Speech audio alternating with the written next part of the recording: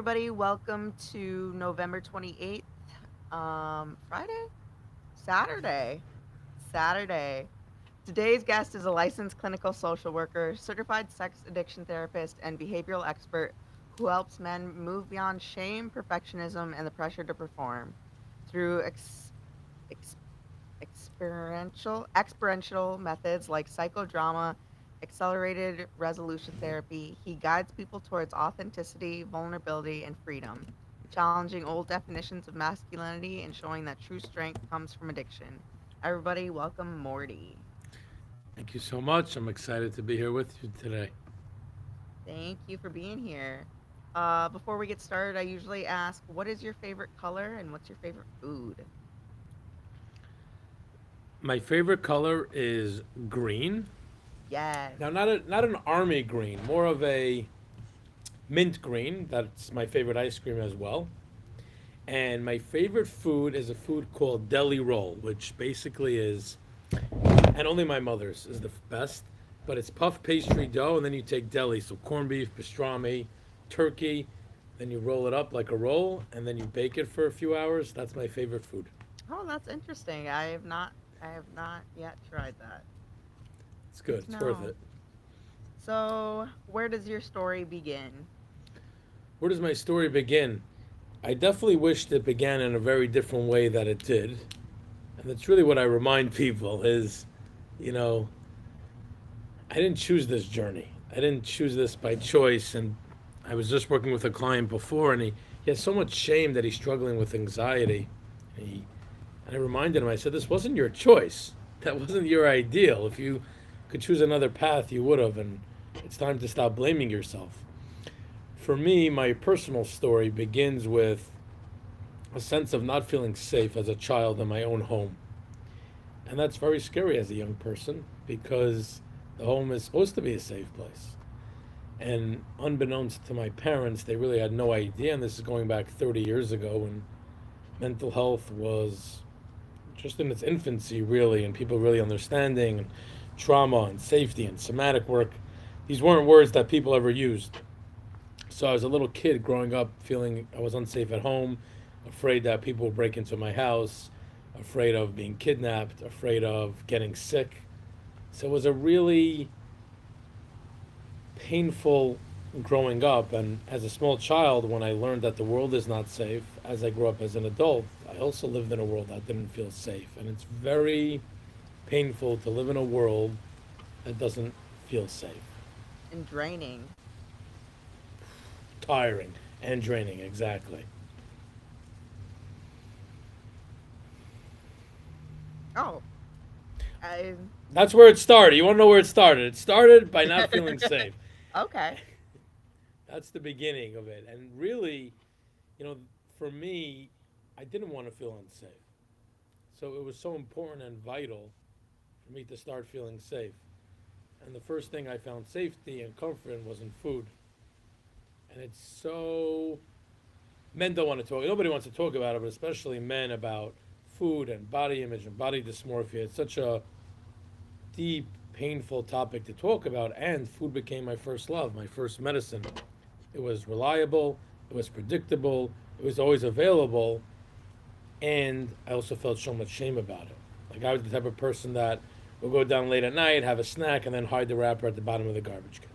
I would be that person that would go to a store and just steal snacks because for me it wasn't about I got a power trip from stealing. It was I was hurting so much and I was in so much pain, and this was my medicine. This was going to soothe me that I had to take it.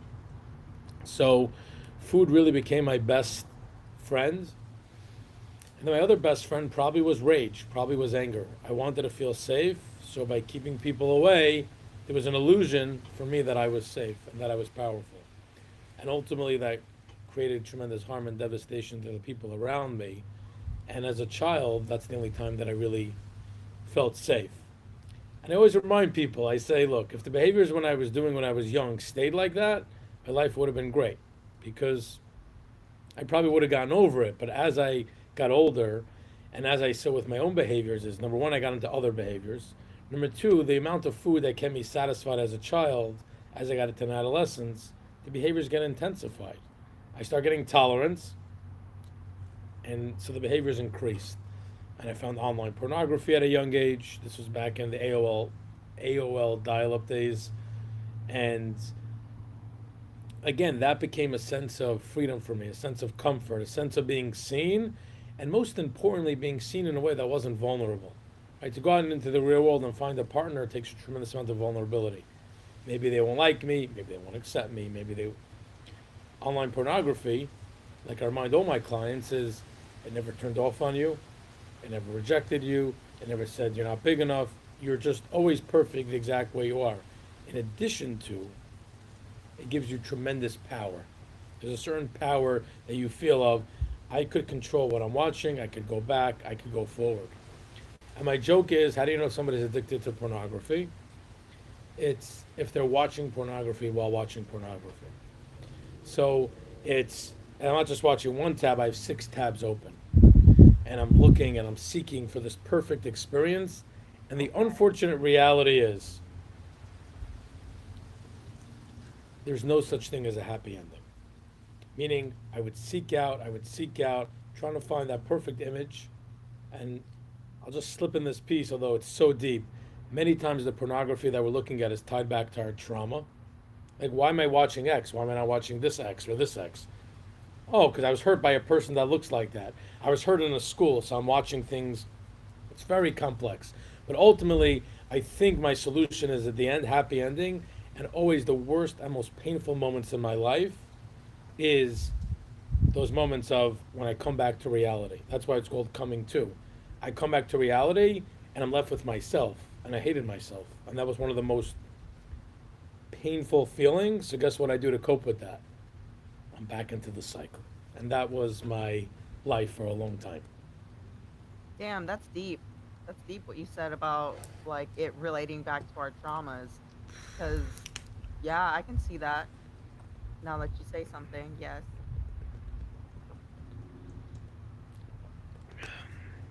What else? What else do you want to know? I mean, that's just the beginning. Okay. Well, usually, I type, I use Copilot a lot, and I'll take your bio and I'll put it in there and I'll plug it in, and it comes up with questions like, you said that for years you believed strength meant control and hiding weakness. What did that look like in your everyday life? I guess you just said it.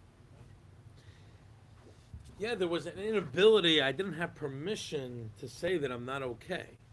And this is what I find with most men is there's no permission in society for them to say, I am hurting. I'm not well. I have needs too. And as men, we give and we give and we give and we give, and we don't get anything in return a lot of the time. Not because our partners don't want to give us, because we're afraid to be vulnerable to say, I need something as well.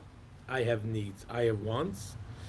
And what I've come to learn and realize and appreciate is that there's strength in vulnerability.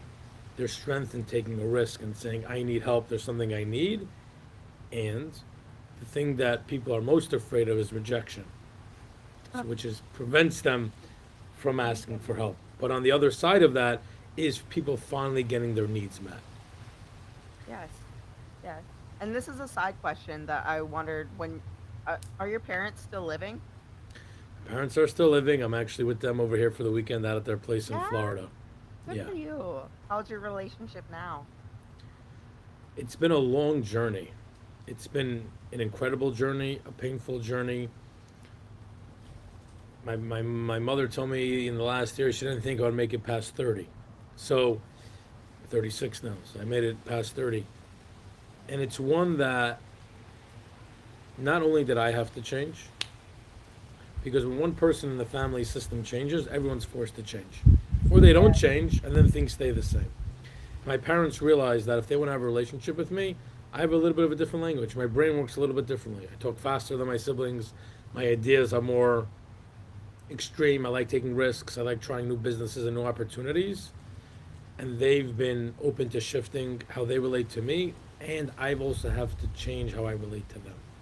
Just because I want to say things or like doing things, sometimes they don't appreciate it. So I no longer do that. I no longer am the child that has to say provocative ideas to them because I want attention. So we have an awesome relationship. My mom picked me up from the airport last night. We hung out for 4 hours eating dinner, just chatting and eating, and it's such a blessing for me and to realize I put in the work and it's actually paid off. And my parents have put in the work, and for them, it's cool to see that it's paid off for them as well. I love that for you that your parents were open to listening and making a change because I struggle with my family. I feel like I'm the one to break generational curses, and they don't really seem too open to the idea of that there's something broken in our family, but that it can be healed, it can be fixed. So I love that for you. I'm I'm blessed like that. I know that it's uncommon. Yes. Um, what was the cost of living behind the mask, both internally and in your relationships? So what people don't realize is that if I have a mask up, I cannot have a relationship with somebody. Because if I'm just showing them a part of myself that I want them to see and say the things that I want them to hear and do the things I think they want me to do for them, and I'm not being authentic, like, oh, Morty, I love you. But deep down, I know you don't really know me. And the biggest fear that I had, and the biggest fear a lot of people have, is if you truly knew me, you wouldn't love me. So until I share those parts of my life, the parts of my story that I'm so ashamed about, that I'm so vulnerable, that I swore to myself I would take to my grave, until I share that with somebody else, I cannot truly be in relationship with them because I'm constantly living with this fear. Maybe they'll find out. Maybe somebody from my past will show up and say that I went to treatment or that I did this or that or the other thing. And what I've realized is the reason why I was so afraid to share the most vulnerable parts of myself was because I still felt shame about them. I still overly identified with I'm an addict. I'm a this. And when I've shed those layers of I am this and realized that no matter what I do or what I didn't do, no matter what sins, if you will, or no matter what bad things I did, at the core I've never changed. At the core, I'm a good person. I'm a person that wants to do well for others.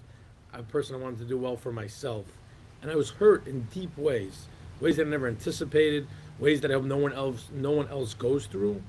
So really, all I'm doing is just showing up the best I can. So when I stop blaming myself for my past, then I didn't feel shame in sharing these things with people. I used to feel so much shame. How am I going to tell people? What are they going to think of me? If they don't like it, that's okay. They don't have to accept me. And I become okay with that. For a long time, I wasn't okay with people didn't accept me, so therefore I can't tell them because what if they don't accept me? Recently, I was in a relationship. My partner couldn't accept me and who I was, and instead of breaking me, like, oh, see, Morty, you're worthless and you have no value. It's clearly the universe is telling me, Morty, this person's not for you, and I'm okay. I really like your perspectives. They ring familiar for me. Um, what was I gonna say? Um, what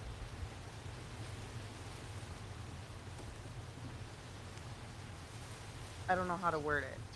What Just guess. Who cares? We'll figure it out. um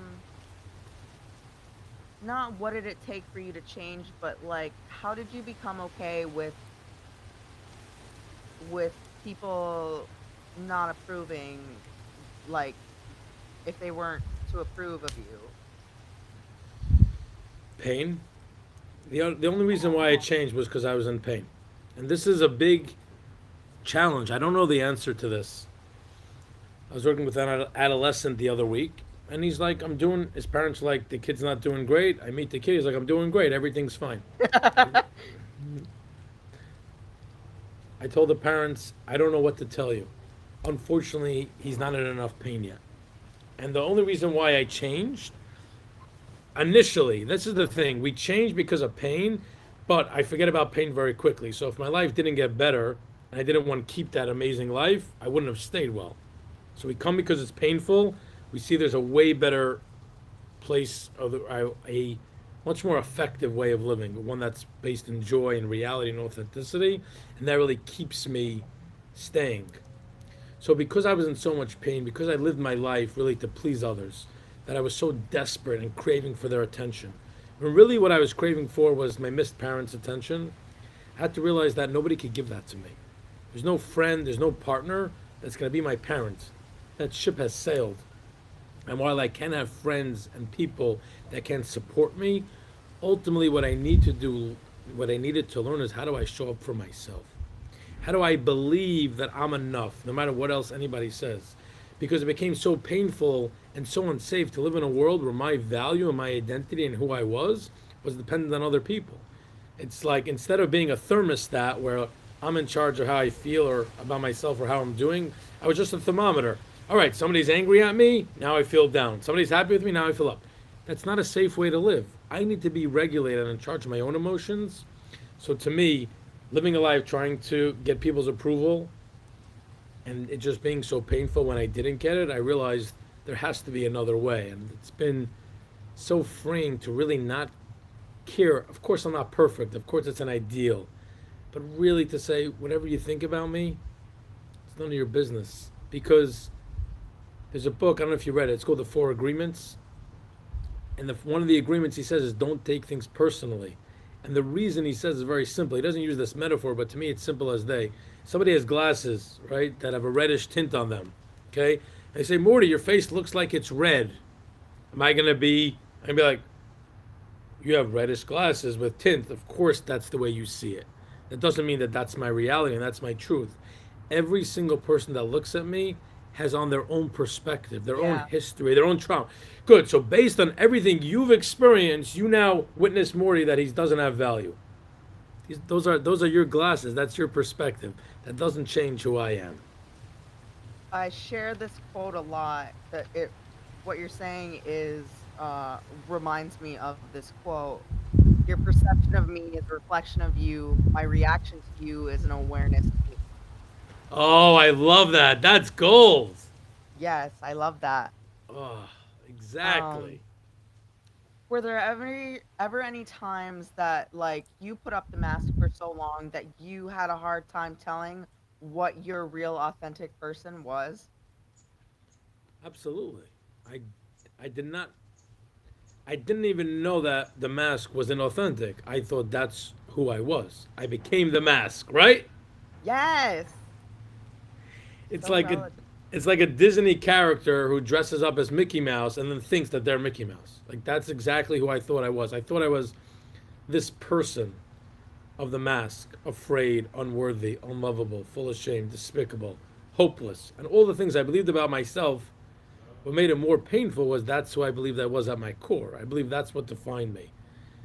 And I had no idea that there was a different version of me that I just wasn't aware of and that got so caught up and so covered because of the trauma and my history and the things that I were done to me and eventually because of that the things I did to myself that covered up my authenticity. And that's really been the biggest blessing of really to get to see a part of myself that I really never knew existed. How did you start to like realize that like what was your authentic self and what was your mask? Like how did you become more familiar with the person that didn't have a mask on, your authentic self? So hitting bottom is very important for most people. Meaning, had my life not hit bottom and just like really just been bad, I probably would not have gotten well because I just would have thought maybe this is just the best life gets for me. And when I hit bottom, and for me, there was a sense of my life is not worth living anymore. And not that I'd never had active suicide, but it was if I didn't wake up tomorrow or I got hit by a bus or my plane went down, great. Like that's my first choice. So when I went to treatment, there's two pieces that really started impacting this. One was, and to me, I'm all about experiential because we could talk about masks, but what would it be like if, as a client, they made me create a mask? And anytime I was Huh. in group and they felt it was my mask, they would say, "Morty, take your mask out." As I'm talking, and I'll just use this as an example, from behind my mask, that's how you start realizing, oh, geez, I do have a mask. And there was a physical representation. More it's time for your mask. And everyone had a mask. We didn't use it every day, but we had an assignment. We built a mask, and for like a week, when the group felt you were hiding behind your mask and you weren't being authentic, they would say mask. And you start talking from that place and you start realizing. So I think that was one piece of really getting to feel and experience. Morty, you have a mask and you put it up. And the good news about recognizing that I put it up was then I started to realize if I put it up, I could also take it down. This is not a mask that somebody put onto me and therefore I'm stuck with it. It's a choice that while at the beginning it never felt like it was a choice, ultimately I was putting it up to keep myself safe. So that was one experience that really helped me realize and embody that I have a mask. And the second experience was I went to treatment and they said something for me to do that was so simple. And that's the thing in mental health. Most things I do or tell my clients are too simple. If I said to them, I think you should go to an ayahuasca retreat in Colombia for 2 weeks and that's going to change your life, they would do that more easily than what they told me to do in treatment, which is, Morty, here's what we want you to do. Every hour, we want you to stand up on a chair and we want you to say affirmations like, I love myself, I'm worthy, I'm loved. I said to them, but that's the most stupid thing to do because that's totally not true. They said, look, we recognize you don't believe that. We recognize that sounds inauthentic and that's not being truthful. Like all of a sudden, I was the most authentic person. I'm coming to treatment because I'm inauthentic. And then they want me to do something that I presume is inauthentic. They said, Morty, you're okay being inauthentic. Okay, you've done this for 24 years of your life. Just go with it a little bit longer and try this exercise and see what happens. Every hour, we're in the middle of a group. It didn't make any difference what we were doing. That was my assignment. And I started realizing. So I feel one way or I tell myself I'm one way. And the first maybe 10 times I said it, it meant nothing. Then I started believing it. And I started to realize, okay, there's something getting in the way. There's a mask. There's a shield. There's something that doesn't allow me to experience this. And I got to really, again, feel and experience the wall that I was putting up to keep myself safe. Those are great exercises. I really like the mask one. And I'll tell you something else about that, which is, again, this is a deeper point. The way that they did it was, one of the things that they felt in this treatment center, it was specialized in men's wellness, was that men don't get enough intimacy from other men. They would say, you want to get a relationship with a woman? That's great. First, learn how to be safe with men. Because with women, they didn't say this piece, but later I came to realize a lot of times with men, it's confusing. Is this connection? Is this sexual? Is this intimate?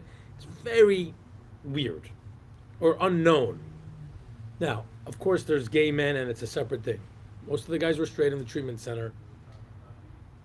And it was, how do I learn to be nurtured by another man? It's not sexual. It's just being nurtured. How do I learn to be touched in a safe way? So the way that we built the mask, which was incredible, and this itself was extremely life-changing. We lay down on the floor. They had this plaster that they did, and another man, so that it molded to our face. They spent about an hour just doing it for us. And there was something so nurturing about somebody else witnessing my mask. Somebody else acknowledges that, and they're not afraid of it. They're building it for me. They're supporting me with it. And ultimately, those were the same people that helped me, the ones that helped me build my mask, so to speak, were the ones that helped me remove my mask as well. Wow, that's powerful. That's very powerful and very uncommon. You don't hear of things like that happening. So I feel No. like that can do um, just heal a lot of things that, aren't talked about. Exactly. How did your personal struggles shape your decision to become a licensed clinical social worker and a certified sex addiction therapist? My first career was a pastry chef, and I really loved it. So if everybody gets well, that's my backup plan. And I would be happy for everyone to get well and go back to pastries. I loved it, and I don't do it as often as I would like, and I still loved it. And I went from something that was predictable, meaning in pastry school, if something didn't go right, we could go back and figure out why. It was an exact science. When it comes to mental health, in a certain sense, we're just guessing. There's like no science. It's more of an art, more of let's try this, let's try that, let's see what works. So I'm sitting in treatment in groups of people, and I'm like, hmm. So initially I thought I was going to go back to my old life because I'm in treatment to get well. And I thought we're just going to change the parts of me I don't like, and other than that, I'm going to be the same. And they reminded me that they're only going to change one thing for me. They said, Morty, you're here in treatment. We're just going to change one thing for you. I said, what's that? The one thing we're going to change for you is everything. I'm like, I don't know if I want everything to change. Could we just change these parts? They said, Morty, when one thing shifts, everything shifts, just like family dynamics. And I realized that to go back to my old life, to live in the same community, to be with the same friends, while I was hoping that I would be able to do that, I came to the recognition that if nothing changes, nothing changes. And I got to realize of what I want my legacy to be. I can make amazing pastries and people can talk about it, they can be happy with it. And what meaning would there be in that for me? How could my story and the pain that I had to go through, how could I transform that into something magical, something that my misery became my mission, that became my motivation? So I'm sitting in treatment with groups, and my passion became and still is to work with groups of people. And I'll tell you why. I can work with somebody one on one. There's power in that, there's value in that. I'm really amazing at it, and it's awesome. And when we're in a group of people, when what most people are struggling with is not feeling safe around other people. Maybe they're going to hurt me, maybe they're not going to like me, maybe they're not going to. And I'm able to, and again, this is a skill. I learned it from being in hundreds of hours of groups as a client. I was in treatment for over a year, so I spent a lot of time in group. Wow. And I did specialized training on how to run groups. When you take 10 people in a group and you help them feel safe with each other, even if that's the only thing I did, people will get better because safety is the medicine. What people learn in a group is I could share my truth and somebody else doesn't have to like it and I'm not going to die. I could share my truth because there's a facilitator here that if somebody else tries to shame me, I will literally jump out of my seat and put my body in between two people to let them know I know you don't have parents to protect you. I'm here to keep you safe. Because in every group, I tell the group, I'm the conductor. Just because you think it's time for you to talk, Yeah. I'm in charge of keeping everybody safe. So what I realized is there's power in groups, there's power in safety, there's power in community. A peer turning to me and saying, Morty, I've done the same thing, or I know what that's like, or I support you, has been far more powerful than any time a therapist said that. Because I'm paying them, that's their job. A peer telling me, Morty, I don't know what the hell you're thinking, that's stupid and ridiculous. While initially it was very jarring, when it came from people that cared about me, the amount of power that I felt, the amount of cared about that I felt for was something that I really was missing and needed. So when I saw these experiences in real time, that's what I wanted to do. So I became a therapist, but my specialty is psychodrama and experiential, which we can unpack more. And the fact that I became a sex addiction therapist was because that was my experience. And it's something that, again, while on the outside it looks like people are just horny and want to have a lot of sex, Yeah. on the inside, what it really is, people are afraid of being alone. People are afraid to be seen. People are afraid to say their needs. Like they'll be like, "Well, what do you mean? I want to do this weird fetish." Or I say, "Well, have you spoke to your partner about it?" They said, "No, that's weird." I said, "And it's not weird to cheat on your wife with a prostitute?" Like, some things don't make sense to them. But again, why are they afraid to share that with their wives? Because they're afraid of getting vulnerable. They're afraid of their wife saying, "That's weird. That's pathetic." So what they do is they seek it out elsewhere. So because of what my experience, what I've seen myself, I've decided to go into that field, and that's why I work with this population. I'm glad you brought up the group thing because I myself attend group therapy, but I've been slacking lately, and I can feel it. Like I can feel it. I start to isolate and just don't want to be around people as much, and it's always good to go. And then also my other question was, what is psychodrama? What is psychodrama? So psychodrama has an unfortunate name because if you take the psycho piece and the drama piece on its own, you're sort of like, I don't like psycho, I don't like drama. It's sort of two words that on their own are not great words. And when you put them together, it's magic. I'll tell you what I mean. If you go to groups This is not to knock anybody that's running the group, and maybe they do this, maybe they don't, but I'll just share with you what it really is and what the power of group is. Many people run groups that have no training how to run groups. And one of the businesses or ideas that I'm moving towards is going to treatment centers and training their clinicians how to run groups. If somebody wanted to do EMDR therapy, for an example, you would never go to a clinician that was never trained how to do EMDR. Why would I do that? Yet, you go to treatment centers, people run groups, you ask them, so how do you know how to do groups? Oh, I just know. You're like, you take any training? No, I just put together a group. And they're missing a key point of any group, which is group safety. Before I expect any of my clients to do work, to get vulnerable, to be honest, it's the job of me as a facilitator to build safety within that group. It's a job of me to help clients feel warmed up, to feel connected to the other people in the group. So psychodrama is known for in the world as role play, role reversal. So I'll be like, all right, why don't you play the role of my mother and why don't you witness this scene? That's what psychodrama is known for in the world. And the creator of psychodrama said, the reason why he created psychodrama is, as role playing and going back to scenes and then acting is because that's what's going to attract the people. You need something exciting. People don't only come to a movie, it's exciting if there's action. But really, the other part of psychodrama that people don't recognize is building safety within a group. Just taking people and helping them realize we're more alike than they're same. If I look at the screen, I look at you all. You're a woman, I'm a man. I'm just like this, you're just like that. Oh, we're probably just so different. We get 20 people in a room and we do a step-in circle, right? This is the way I would start a group, one of the ways. Who like me didn't grow up in Arizona? I take a step in, and then let's say 8 people out of 10 take a step in. All of a sudden, I'm connecting to these 8 people. We have something in common. Next person. Say a place that you visit. Who like me visited Europe? People take a step in. Who like me grew up as an only child? Take a step in. Other people take a step in. You do that for 5 or 10 minutes. All of a sudden, you realize on the outside we look different, but on the inside we're all the same. Who like me gets afraid sometimes in social situations? Everyone steps in. And you learn to realize that there's safety. So imagine you warm up a group, you help people feel safe, and then you say to them, okay, today's exercise is we're going to talk about something that we've been ashamed of our whole lives. All of a sudden people are open to it because you help them feel connected. You help them realize that we're all human beings.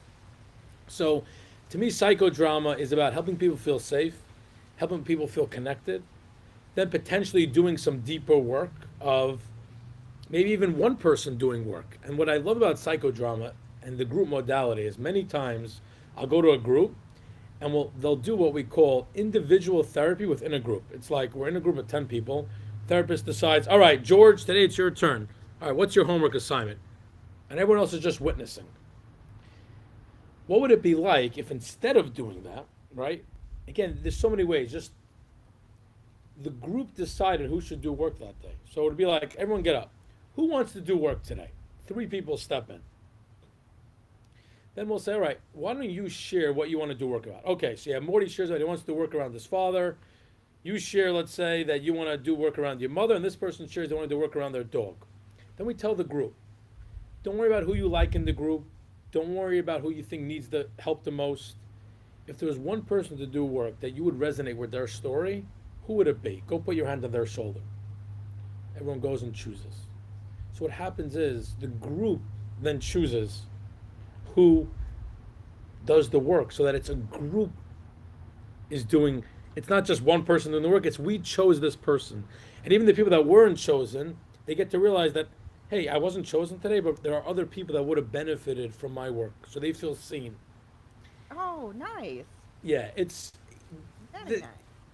yeah, so this is my thing, so psychodrama is more about that. It's more of, we're not going to talk about the problem. We're not going to talk about building safety. We're going to experience it. We're going to move. We're not going to talk about what happened with my wife. We're going to recreate the room, set up the scene, move the furniture, where was the door, and we're going to go into that scene so that you can gain empathy, so you can gain insight into what your partner was talking about. And it's just a very powerful, life-changing Yes. modality. That's what it sounds like. Yeah, I can like feel it. Like, yeah. it is. Um in your work, what patterns do you see most often in men who are struggling with shame and disconnection? The first pattern I see is that they're unaware of it. and that most of my clients come to me, they say, I could have come 10 years ago, I could have come 15 years ago, I just didn't realize. I had a guy that said, it's like I reached out to you 5 months ago and then I canceled my appointment because I was doing well, and now I'm back to where I was. So it's very common that they're coming to me not by their own choice, but because somebody else in their life says, hey, you better get some help. And that's a very unfortunate state, because a lot of times it takes many years for people to finally come to therapy or seek help. And I remind these guys, I say to them, look, I know therapy has stigma. Call me a mentor, call me a coach, call me whatever you want, a friend. That's what it's about. We all have mentors. I have mentors. I have coaches in business and profession, in other areas of my life. There's nothing wrong with needing to have help. The challenge is the men that I work with are primarily middle-aged men, 40s, 50s, and 60s, and what they were taught growing up is pull yourself up by your bootstraps. Yep. That's strength. And unfortunately, if that was strength and it was working, then people wouldn't come to me. But unfortunately, it's not the solution for everybody. So that's what I find with most men. Okay. Um, what is accelerated resolution therapy? Accelerated resolution therapy, the main problem with that therapy is that it's too easy and it helps people too fast. I know it sounds facetious and funny to say that. And I had a client that came in 2 weeks ago. He's bothered by a lot of things, maybe 8 things: his work, his girlfriend, his job, lots of things. I say to him, look, these are your options. We could talk about it. You probably won't experience any relief. That's one option. We could do that. Or what I would suggest, we try this accelerated resolution therapy, and by the end of the session, you'll probably be a 0 out of 10 of how you feel about all these situations. Which is great. I have nothing to lose. Let's do it. Accelerated resolution therapy, in a nutshell, is similar to EMDR in the sense that it uses bilateral stimulation, which means that we move the eyes back and forth. If we're in person, I literally wave my arm back and forth. If we're on Zoom like this, we have a ball that moves across the screen. And what it essentially does is, so many of our problems are attached to images. Like this guy, when he thinks about work, he just sees himself at his desk being overwhelmed. When he thinks about his girlfriend, he thinks about the time they're fighting. So I say to him, let's change those images. If we change the way you think about it, right, we can't change your reality. If I could change people's reality, I would be on a beach full time and be a very wealthy individual. I can't change your reality. What I could change is the way that you relate to it, the way you feel about it. So he rates all these things on the scale. This is an 8, this is a 7, a 5, a 4, right? And we do these eye movements. And then I say to him, just imagine your relationship going easier. Just imagine peanut butter, like your problems are smooth. And he's just letting his brain know that, I know up here you have a picture and that connects to really tension in my body. What would it be like if you still had the same picture but didn't feel that tense? And we go in there, we change the way the brain sees the situation. By the end of the session, he was a 0 out of a 10 on all these items. Take somebody that had trauma, they were sexually abused. We could process it, we could talk about it. What would it be like? And most people don't find healing from that because they still are haunted by the memories. Although, this is just a side note, one of the challenges with people that are sexually abused and why they doubt themselves is because they remember right before the abuse, they remember right after the abuse, and during the actual abuse, many times they disassociate. So that's why they're like, was I really abused? Was I not really abused? I sort of remember it happening, but I was disassociated. So I say to the person like this, think about your abuse. Now it's very painful, and there's a lot of nuance in that, but just in a general sense. How do you want to remember what happened to you? So for an example, I'll take a personal example. My 3rd grade teacher didn't sexually abuse me, but physically abused me. It's very overwhelming for me. My therapist said, how do you want to remember it? Now when I think about it, I see my adult self beating this teacher up till he's dead and bloody. It lost its hold over me. This guy was tied up as a child, bound. When he's talking about it, he was shaking and crying. By the end of the session, he saw that what he envisioned was Jesus coming to rescue him. Again, no longer a hold over him. So it's a very short-term modality. But that's what I love about it. It's not, we work for 6 to 9 months and then we see if it works. You try it once, you see, does this work for me or it doesn't? And if it does, It could literally change people's lives in 1 to 3 sessions. And that's the problem. Again, like we started at the beginning, it's too easy. Tell me it's a 9 month process because people feel invalidated. I struggled for 20 years with my problem, and now you're going to come help me in 1 to 3 sessions? That feels too invalidating for me.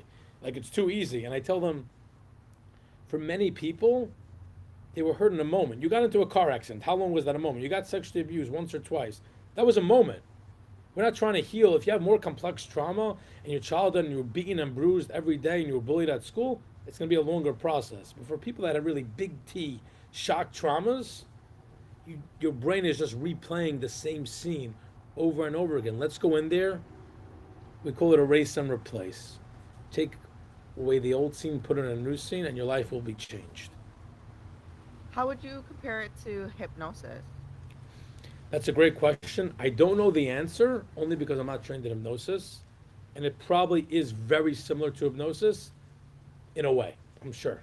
I've had a gentleman, Matt Johnson, and he talked about hypnosis, and it is very similar because it's has to do with your subconscious. And he was like, had me do this exercise where I thought of something like that stressed me out, and where did I feel it, what shape would I give it, what color would I give it, and then he told me different things to like picture it spinning, and then now picture it spinning the other way, imagine the color draining, fill it up with a different color, um, and it kind of gave me a different perception on it.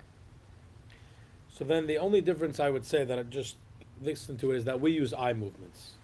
So we would do something very similar to that. So the process maybe is the same as far as the content, but the way that we would do that is notice what color it is. We would do eye movements. Everything would be with eye movements, and we find science is still trying to get on board understanding why, but it's similar to REM sleep. We process and the brain changes. So it's just we would do a similar process just using eye movements. Very interesting. I've never Yeah. heard it referred to as the accelerated resolution It's new. therapy.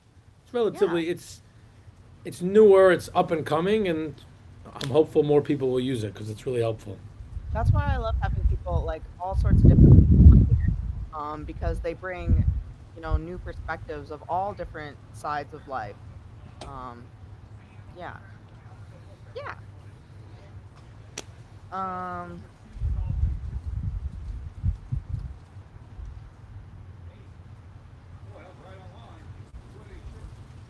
hmm. Can you share a story without breaking confidentiality that illustrates how these methods help someone reconnect with themselves? Sure.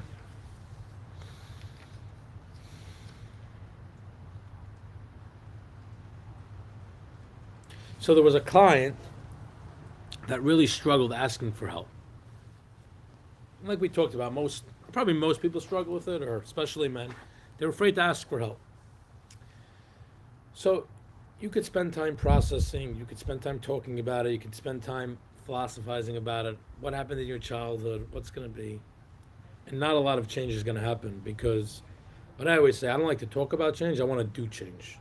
Let's use eye movements and do change. Let's do experiential and actually do the change.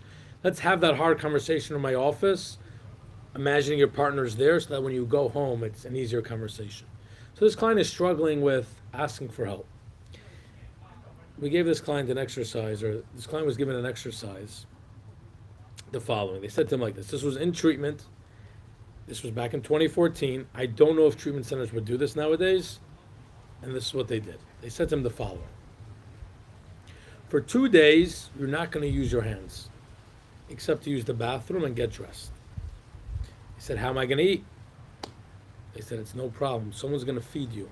How am I going to make food? Someone's going to cook for you. How am I going to open the door? You're like, what's the problem? How am I going to make a phone call? Someone's going to dial for you. How am I going to hold the phone? Someone's going to hold it for you. How am I going to read? Someone's going to hold the book open for you. The person is like, this is ridiculous. What? I shouldn't use my hands? They realize that they're in treatment. Obviously, their life is not working the way they wanted it to work. They might as well give it a shot. Now, since they were in treatment, the whole milieu, the whole group knew about this assignment. So they, instead of enabling that person of like, hey, what do you need? Could we cook for you? Could we hold the door open for you? Oh, Nobody offered to do anything. You went to a door and you had to pull the door open. Everyone would just stand there and just wait. Nobody offered anything.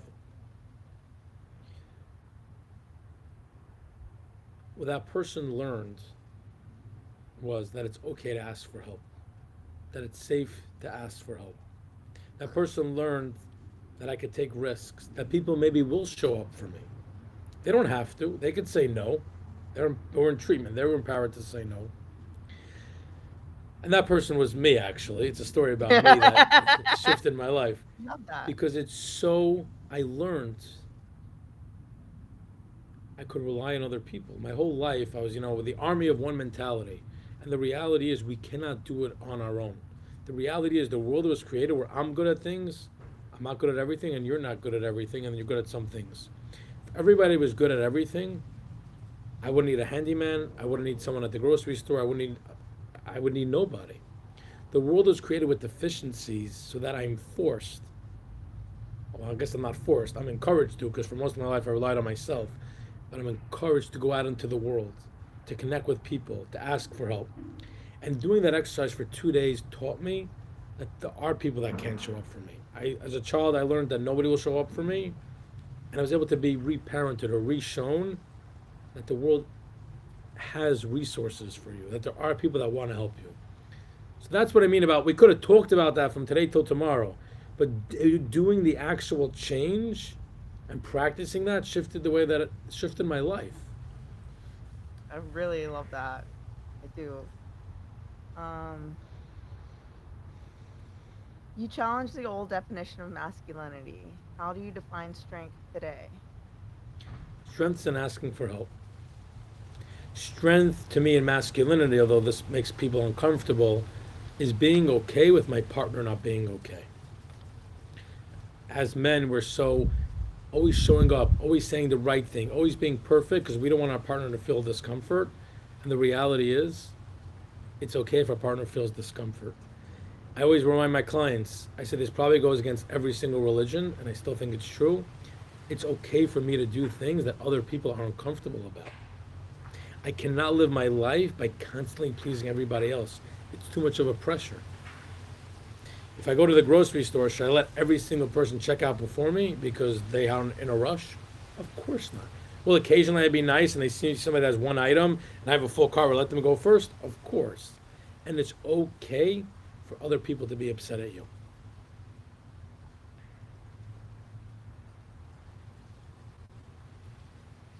You talk about what it feels like to be human. What does that mean to you? Being human to me is not defining my identity with what I do or what I don't do. I define my identity with what I want to do. Meaning, what is my will? Who am I at my core? Because I no longer believe in goals. And I'll tell you why. If I make a goal, I'm going to do something for 90 days. So now, two things happen. Let's say I do it. Let's say I get to the 90 days. Till I did 90 days, I wasn't at my goals. I wasn't happy. I'm like, well, I'm going to be happy when I get there. What also could happen is I don't get to the 90 days. Then what? Then I'm a failure. So to me, I know we're coming up next month is the new year. When I think about New Year's resolution, what I think about as an attitude is what is my attitude for this year? What is my direction? And for me, this year, my direction is I am not defined by what I do or what I don't do. I am defined by what my desire is because I recognize at the core, nobody believes me, but I believe this anyways. I'm doing the best I could. I had trauma, I had abuse, I had addiction, I had life, I had good things happen to me, bad things happen to me. And that's why I don't always say the perfect thing. And people are striving for perfection, and I always tell people, I have bad news for you. If your goal is perfection, you're never going to get there. So let's say my goal is not perfection. Let's say my goal is not outcome based. It's what is my desire? What do I want? And to me, that's a very freeing way to live. Oh my gosh. Did you only go to treatment just the one time? I went to treatment in 2014. I was there for 13 months. And since then, I've been on a journey and evolution for myself, and I've really this stuff It has come over shows. years. It Thank you so shows. much. Yeah, it Thank really you. does. Your perspectives are very fresh and very down to earth and just powerful. Very powerful. Thank you. The biggest compliment that I get from people is people feel a fresher breath here. It's not the same old change your mind. It's I have a totally different perspective only because this is not a clinical experience. I didn't get any of this from school. School didn't teach me. I went to school to be a therapist. I don't know what I got from there. I got my license. But what I learned is from being with myself, being with other people. And people always say, Morty, I feel like I've known you. I feel like I know you. And it's like, right, you finally met a person that gives you permission to be yourself. That's my mission in life. I want people to feel safe enough to be themselves. The problem is, as adults, we get so caught up in our heads. Hard. It's It's hard. hard, but I remind people, let's become more childlike. Let's become more playful. Children love to take risks. Children love to try new things. And when children see, I always say this is my metaphor. I say when an adult sees a hammer, they know two things to do with a hammer, and then I realize it's actually three. They realize they could bang in a nail, they could open up a walnut, or I realize there's a third thing that you could do with a hammer. You could also take out a nail. You give a kid a hammer. What can I do with a hammer? I could use it as a door stopper. I could look at it as binoculars. I could have a catch with somebody with it. Maybe it's a toy hammer. Maybe I could. Maybe it's a candy that looks like a hammer. There's so many children have so many ways of looking at the world that as adults, if I become more childlike, all of a sudden, the answer to my problem is not either this or that. It's this, that. There's endless amounts of options, and that's really my goal: is how do we help people become more spontaneous, more playful, more joyous, more. Again, this is a scary word for people, but more clown-like. How do you learn to live life? I have a clown theory. I mean, we can unpack this, but of a clown's doing a show, they make a mistake. Life's not over. They don't go into shame. That becomes part of the show. If I'm making eggs and an egg falls on the floor, I could go into shame and curse myself out, or I could just laugh. That's part of the show now. That's what life is. How do a kid is on the playground, they bump their head, they go to their mom, they get a kiss, and they're back at life. An adult at work makes a mistake, they're depressed for a week and at home. How come? This is my mission.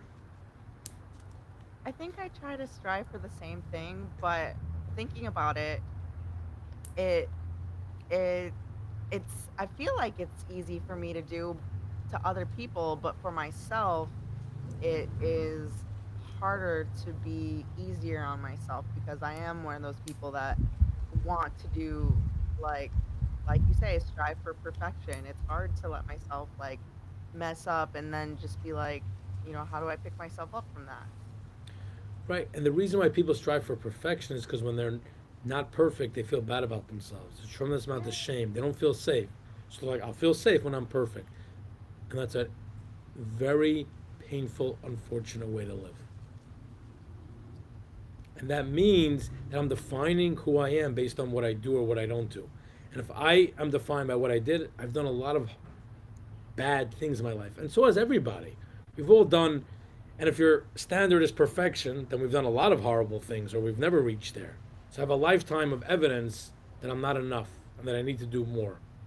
So instead of judging myself by my actions, could I judge myself by my desire?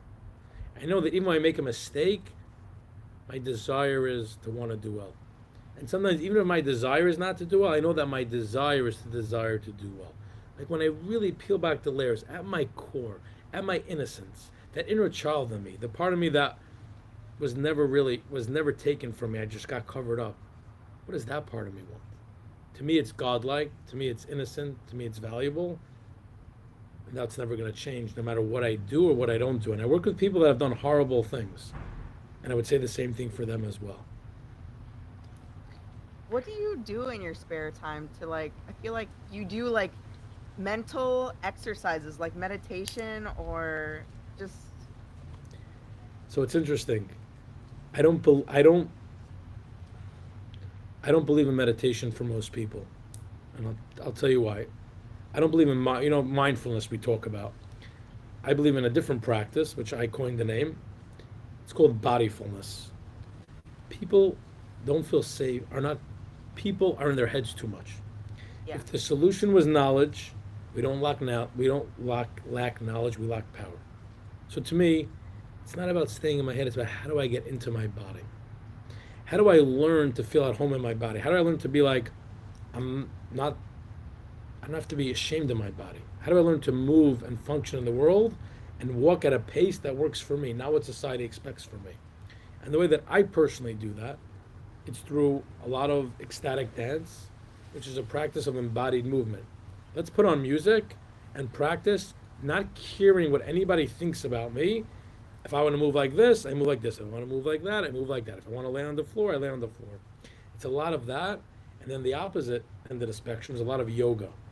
For me, especially yin yoga, which is how do I learn just to be with my body? How do I learn to notice the discomfort? Yin yoga, we hold the poses 3 to 5 minutes and just practice melting and breathing. To me, our problems are our bodies are on fire, we don't feel safe, and we try to go to our heads to figure it out, and our Yes. solutions are not there. How do I bring safety to this body? I don't tell people, force yourself. If you don't feel safe, then don't do it. The challenge is the reason why people have to do it is because when they don't do it and they avoid, they feel so much shame. How do we just be gentle on ourselves, recognize I don't feel safe doing this activity, therefore I'm not going to do it, and I'm not going to feel shame about it? That's really where I want to help people get to. Ooh. If you could speak to your younger self, the one who believes strength meant control, what would you say? Morty, you're absolutely powerless. And there's beauty in that. Because if you think you have power, if you think it was, then you have to take responsibility for what happened to you. This is not your fault. You had no control. Things were done to you. Adults are supposed to be safe. Adults are supposed to act in ways that don't hurt young children. Because if you felt like you had control and then you blame yourself, then you're going to feel shame about it. And I wish you would have known that as a child, that this is not your fault. It's not because you're bad. It's not because you're evil. It's not because you're unworthy or unlovable.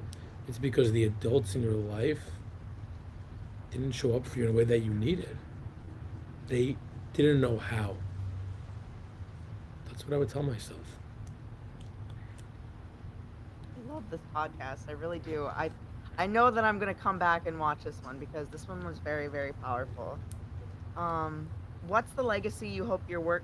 I guess you kind of already said this. What's the legacy you hope your work leaves in the conversation about men, healing, and connection?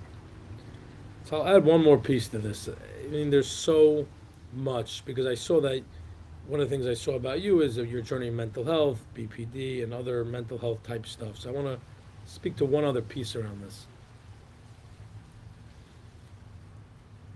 People get diagnosed with all sorts of diagnoses, and then they're stuck with that diagnosis for the rest of their life. And they identify with it, they feel shame about it, and they're victim to acting in those ways. I was diagnosed with bipolar when I was 24, when I got out of treatment, 25 years old. Once you're diagnosed, no psychiatrist wants to take you off medication because it's too risky. But I believe, this is just my belief, it's not science, everyone should stay on their medication. But what I've seen over and over again, mental illness is a manifestation of trauma. Oh Meaning, yeah, right? yeah, duh, yeah. Right, to me and you it's obvious, but obviously the pharmaceutical companies don't want to do that. Most psychiatrists aren't open to that. And my life changed. I was on a tremendous amount of medication. I was diagnosed with OCD, anxiety disorder, bipolar disorder, and ADHD. My life changed.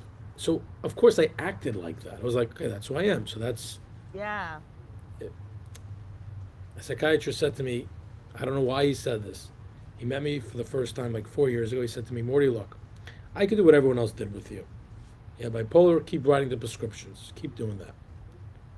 And that's easy for me, and there's no liability for me. But I recognize this is your trauma.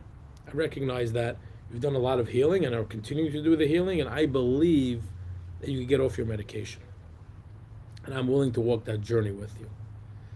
And it's been a journey of 4 years. I was on I think 4 or 5 psychiatric meds. Details are not important, but everybody, their concoction. I do the deeper work. I get off one medication. I get off the next medication. Right, and now I'm on the journey to get off the last one. I was on 200 milligrams. I'm on 150. It's a slow process because things do change. And what I've come to realize and appreciate is it's worth it to do the work. While the Oh, yeah. medications had utility and they helped, the way my life is now without the medication, with doing the deeper work, has given me a life that's more connected to myself. When I was on the medication, I was just no emotions, no feelings. I was bloated, didn't feel okay. Now I'm like I'm alive. I'm at peace. Do I have things that are hard? Of course, but I could experience that now. I could feel it. I don't need to run away from it. I'm not numb to it. I'm really awake to everything that life has to offer, and that's beautiful. Yes. Yes. I feel like more questions are going to pop up to me later because talking to you, like you said, is like a breath of fresh air. It gives such a fresh perspective and it's so powerful. Is there anything I know I'm going to hate it because their questions are going to come to me later, but is there anything that you want to cover that we haven't covered?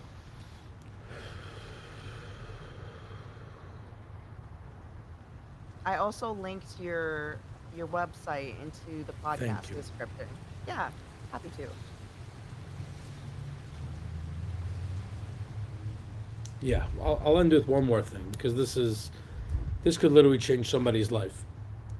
Let's go. Let's go. This is going to change somebody's life for sure.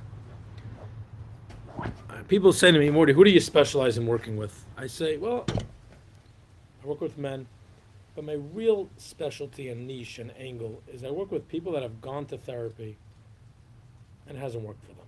People that have tried other modalities and they haven't gotten better. People that probably feel, in a certain sense, hopeless. And they're coming to me, Morty, I need something new. I tried the traditional stuff. Give me some psychodrama. Give me art. Give me your New York style abruptness and honesty. And I say to them like this: I want to tell you something that you probably never knew. I have no idea if this is going to work for you. You're a human. I'm a human. We're going to try our best. I say, first of all, if I ever stop feeling hope for you, I will refer you to somebody else because if I don't feel hope for you, I'm not the right person for you. If I ever feel like I can't be honest with you, I'm going to refer you out because you're not going to get well if I can't be honest with you. And I say to them, before you ever need to feel hopeless, there are probably 85 other types of treatments and therapies and modalities that you need to try before you feel hopeless. Which really is telling people say they tried all sorts of things, and they probably have. It's probably 5 things, maybe it's 10, maybe it's even 20. But there's another 20 things out there that they could try. There's another 40 things out there that they could try. And just because something hasn't worked for you, and maybe it worked for your friend or somebody else, it doesn't mean there's not a modality out there that doesn't work for you. Right? I'll give people an example. I'm not suggesting you go do this, but I can give people 2 or 3 things they probably never heard of. And there's probably other things out there that I didn't hear of. I've done alternative medicines. I've done combo, which is a frog venom that they put on you and you feel sick and you throw up. I've done Sinanga, eye drops they put in your eyes. It feels like you have glass and hot sauce in your eyes. Meaning, I just say that not to impress anybody. I tell people realize there are so many modalities of healing. You know what society says? There's these big ones, maybe now there's ketamine or different things. The reality is there's 85 ways of healing, probably even more. 85 is just the number I came up with. And I would challenge anybody to feel hopeless until they get to the 85th modality, and then you could start thinking about feeling hopeless. But until then, keep trying because you're unique. Just because you say, oh, I went through the same thing, I'm struggling with the same thing Sally's struggling with. Did Sally have your upbringing? Does Sally have your DNA? Did Sally have the family you have? Does family have the husband you have or the children you have? Of course not. So it's not a one size fits all. There's no reason to start feeling hopeless till you try at least 85 modalities. If someone is interested in working with you, however you operate, how do they how do they go about that? If people want to reach out to me, they can reach out to me through my website. While it does say on my website that I primarily specialize in men, the main reason why I put that there was because for a long time women didn't resonate with me. I'm very straightforward, very direct. But more recently, more women have been coming to my practice without me trying. So I'm open to that as well. One thing I have more than my honesty and my directness is compassion and empathy. And Yes, I I see that that. people right, people could experience that. Set up a 15-minute call with me. We could just chat. Maybe I'm not the right person. Maybe you just want to hear about 30 ways you could heal that you never thought about. Let's talk about that. It's free. Just get on my website. There's a scheduling link. Book a time to talk. I guarantee you that'll be worth your time. Will you be healed after that? Probably not. But you'll probably feel more hope after even a 15 or 20-minute conversation. I can say that for a fact. I definitely have a fresh perspective on a lot of things. Um, have you ever worked with anybody that has a gambling addiction? I have. Gambling is a new one, especially with all the sports betting, and it's a very people don't realize how tough it really is. It's much more tough than people realize.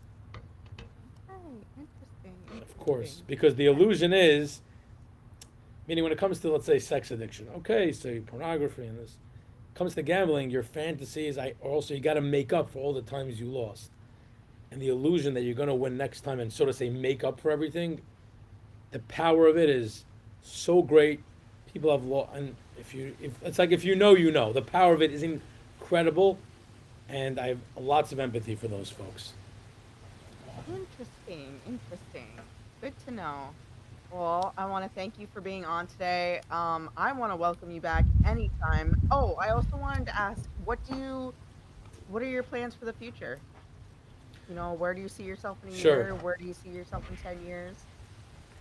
My plans for the future is my goal, like I said, on my mission is really to help people feel safe enough to be themselves.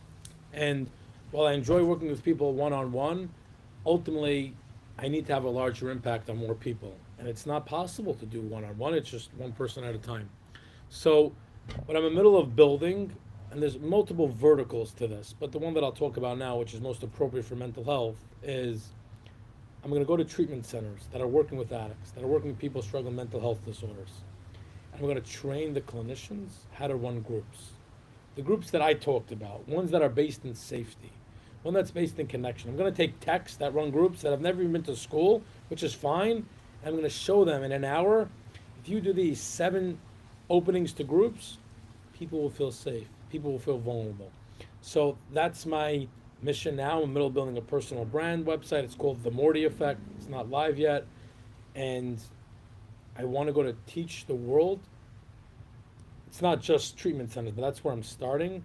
How to run safe and effective groups because we have a loneliness epidemic and we feel safe when we're taught how to feel safe and within community. So that's in a year from now, my hope is that I've already, done 25 workshops with treatment centers and taught them how to run groups. I don't have any doubt that you will accomplish that. I see very bright things for your future, and I think that you're bringing a great awareness to people. And I hope you get on other podcasts. Like, you have your own podcast, don't you? I'm middle of starting again. This is part of my personal brand. I'm in the middle of starting it. I'm like a newer guy in this space. I've been hiding for a long time. I've been Get on a out number of of other there. podcasts already, but now yeah, I'm finally like, this is who I am. I became okay with people not being okay with me, so then I could do this. There's no risk. It's a beautiful thing. It looks beautiful on you. Thank you. And I just want to compliment you as well, because I've done a lot of podcast interviews.